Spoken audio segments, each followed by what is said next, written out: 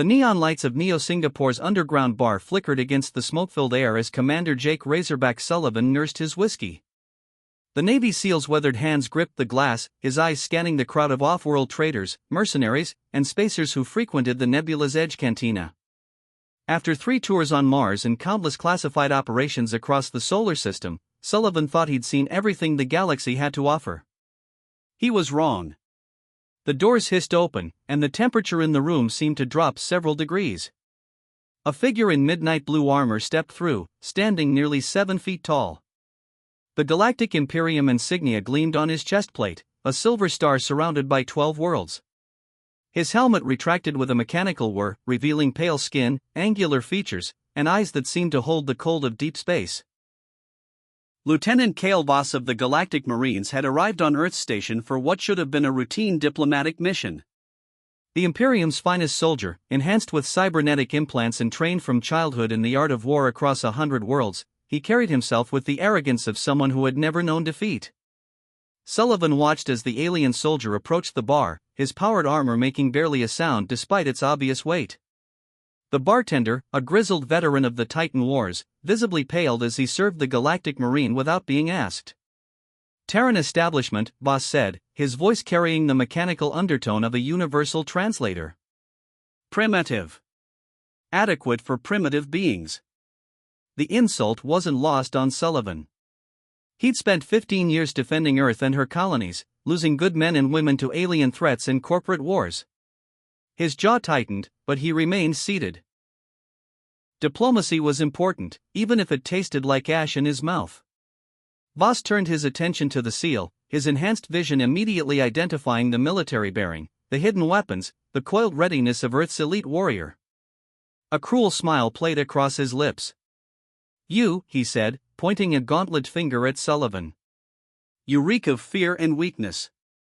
Is this what Terra calls a soldier?"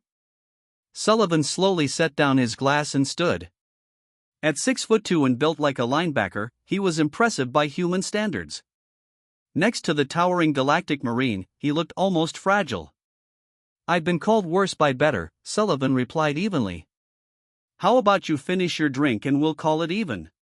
Voss laughed, a sound like grinding metal. "Insolent insect.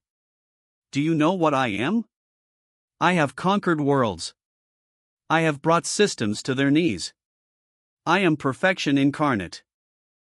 Without warning, the Galactic Marine's hand shot out, delivering a backhand slap that sent Sullivan stumbling backward. The crack echoed through the suddenly silent bar. The alien's strength was immense, that casual blow would have killed an ordinary human. But Jake Sullivan was no ordinary human. For exactly 3 seconds, Sullivan stood motionless, working his jaw where the blow had landed. His eyes never left Voss's face. Then, faster than thought, he moved. The first strike was a knife hand to the Galactic Marine's throat, finding the tiny gap between helmet and chest plate. Voss's enhanced reflexes meant nothing when Sullivan's 20 years of combat experience guided the blow to the exact vulnerable point. The alien's artificial voice box crackled and sparked. The second strike was an elbow to the solar plexus, delivered with such precision that it bypassed the armor's shock absorption entirely. Voss doubled over, his cybernetic enhancements screaming warnings as his systems registered catastrophic damage. The third strike never came. Sullivan simply grabbed the towering alien by the collar and slammed him face-first into the bar's metal surface. The impact cracked Voss's facial implants and shattered his enhanced vision display. "Please," Voss gasped, his voice now a broken whisper without the translator's enhancement.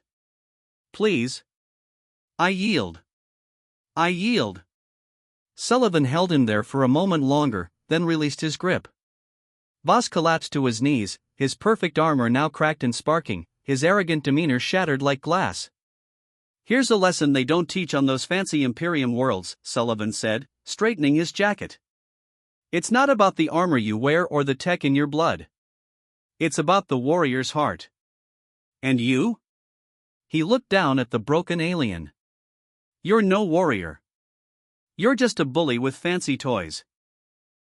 The bar remained silent as Sullivan dropped a credit chip on the counter for his drink.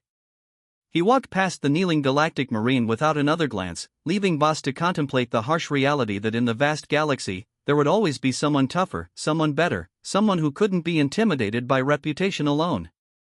The doors hissed shut behind him, and slowly, the conversations resumed. But the legend of the day a human made a Galactic Marine beg for mercy would spread across the sector, reminding everyone that courage and skill could never be manufactured or programmed, they had to be earned.